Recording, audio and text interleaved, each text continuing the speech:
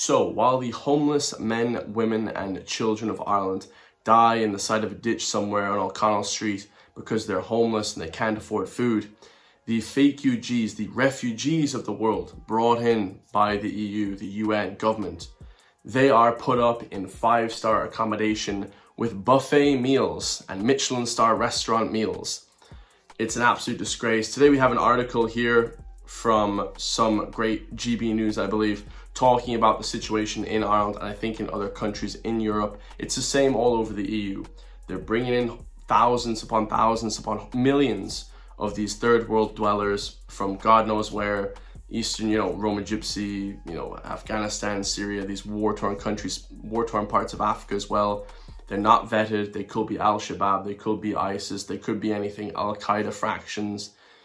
Lord knows where they're coming from, unvetted people. They're putting them into hotels. They're giving them 5-star accommodation. They're giving them hot meals for breakfast, lunch, and dinner. They're giving them protein shakes. They're treating them like kings, while our own people starve and are living a substandard living because of the economy and many other factors. It's an absolute disgrace, guys. Put your own people first, Ireland first, always. That's why I have these flags here. That's why I always say that Ireland first on every metric and every level. Your own people should be taken care of first. And they think up trivial things in the Irish government, like Irish flags now are racist and anti-immigrant. To fly your Irish flag on a lamppost, on a street lamp in Galway, Dublin, Mayo, Cork, Limerick, it is now racist to fly your own flag. Well then call every single patriotic man in Ireland a racist, because it's not going to work. And that's kind of the thing that the media now is up against. They are scared because these words, these buzzwords, calling someone homophobic, this, that, transphobic, anti-immigrant, these words don't work anymore. The Irish public are now awoke to this. We're smart enough to know that these words don't hold any weight. Let's watch this video here. It's an absolute disgrace. This one might boil your blood, lads, so be ready. Taken photos of the buffets being served daily to asylum seekers, and what they reveal has left the public furious. According to these images, trays are filled with hot meals, fresh fruit and desserts delivered every day under government contracts. While many British families struggle to pay rising food bills and school children line up for basic lunches, migrants are seen enjoying what many describe as restaurant-style service. One whistleblower, a staff member who requested anonymity, said, "The public has no idea. Every day, these buffets are set up, no questions asked. The costs are enormous, and taxpayers are footing the bill." The leaks have ignited a storm of outrage online. Some call it a humanitarian duty, while others see it as a scandalous misuse of public money at a time when the nation faces inflation, food insecurity, and cuts to social programs. Officials have yet to comment on the photos, but pressure is building. Activists are demanding transparency on exactly how much is being spent and why the public wasn't told. This is more than food on a table. It's a symbol of division, secrecy, and a system that many say is about to explode. Yeah, so this is the issue, This is all in secret. Same in England, the UK, in Ireland, Scotland, Wales, Northern Ireland. They're bringing in thousands of people and they're keeping it a secret. They're not telling the Irish public that your taxes, your tax euros, the €200 a week or €50 a week that you pay in taxes working at your job is paying for these people to have a high standard of living than even you. They're coming downstairs, they're living in a house with all their friends. They're coming downstairs, then they have a table buffet, they have a service, 5-star hotel resort, swimming pools and everything, just the whole thing, air conditioning in place. They have, movies, they have video games. It's just everything is given to these people for free, which is against capitalism. Like, you have to work for what you are earning. Let's talk about it from a more right-leaning perspective then. You have to work for everything you own, guys. You can't just be given stuff. And this is socialism, this is communism, this is Marxism, this is Marxist ideology, giving people everything for free. Understandingly so, these people don't know what's going on. These immigrants, these fake refugees, these people don't know. You never get anything for free in life, okay? I never take anything for free in terms of my business deals, because somewhere down the line, those free meals that you got, those free meals will have to be repaid. And in my personal opinion, I think they're trying to start up like an EU army with these people, because regular Irish men and women, you know, we're not really going to serve in the army anymore. Everybody's too awoke to what's going on.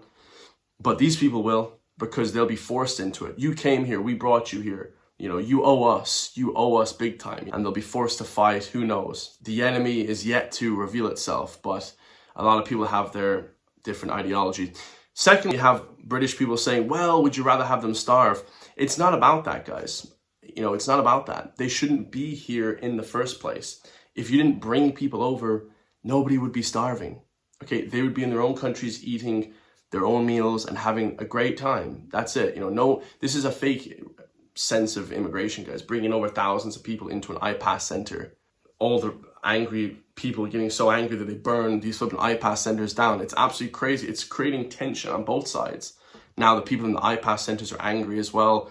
They have nowhere to stay. They have nowhere to go back home to. It's just like absolutely incredible. And there's tons of stories of people coming over here and then going back home because it's actually better over in Afghanistan in some parts. And, you know, they're able to start businesses in Afghanistan and run their own stuff. So it's a real catch-22, these worst conditions. Some people are coming from bad conditions in Afghanistan, persecution, but that's still not the responsibility of the Irish public or the British public or the American public. You know, that's nobody's responsibility. These elites are causing this to happen. They're causing the tension between us, the regular people. And it's disgusting to see. They're getting Gordon Ramsay, 5-star, Michelin star restaurant chefs to come in and make these meals for these people. They're having the time of their life. They're having a blast, guys. They're living it up off the taxpayer, off the white man. They're basically living off the people. They kind of try and make it a racial thing. Well, let's bring it there then. Irish people, we were never colonizers.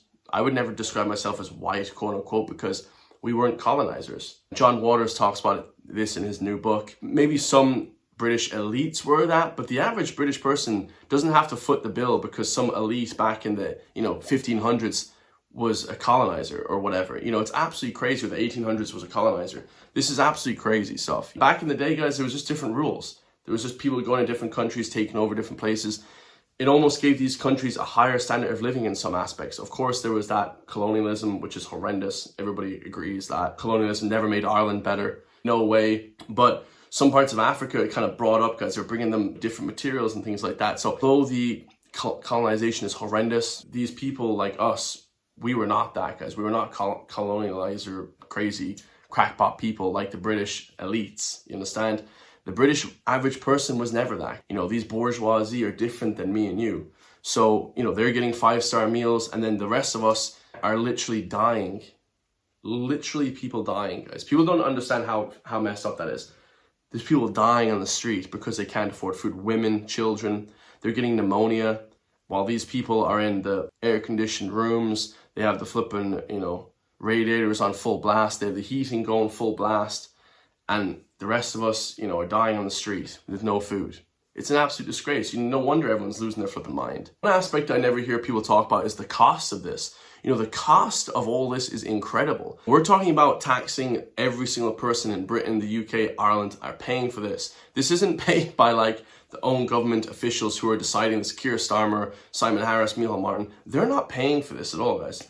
It's the Irish people as a collective. That's who's paying for it. They're getting raises as well. They gave themselves a raise this year. Again, the politicians in the Dáil, they gave themselves all a raise. And while the rest of us are just struggling to even get a job in this country, struggling to get a house, most of us don't have accommodation. I don't know anyone that really, isn't renting or living at home with their parents. Nobody owns their own accommodation in this country. Nobody at 30 years old now, still, I don't know anybody that owns their own house. They may be living with 5 other men. And this is a thing that they've kind of, psyoped the Irish public into thinking, oh, if I move out of my parents' house, that's fine. It's not, guys. Living with 5 other men in your house is not fine. That's not a good thing to want to achieve. You want to be living on your own, have your own accommodation, have your own place.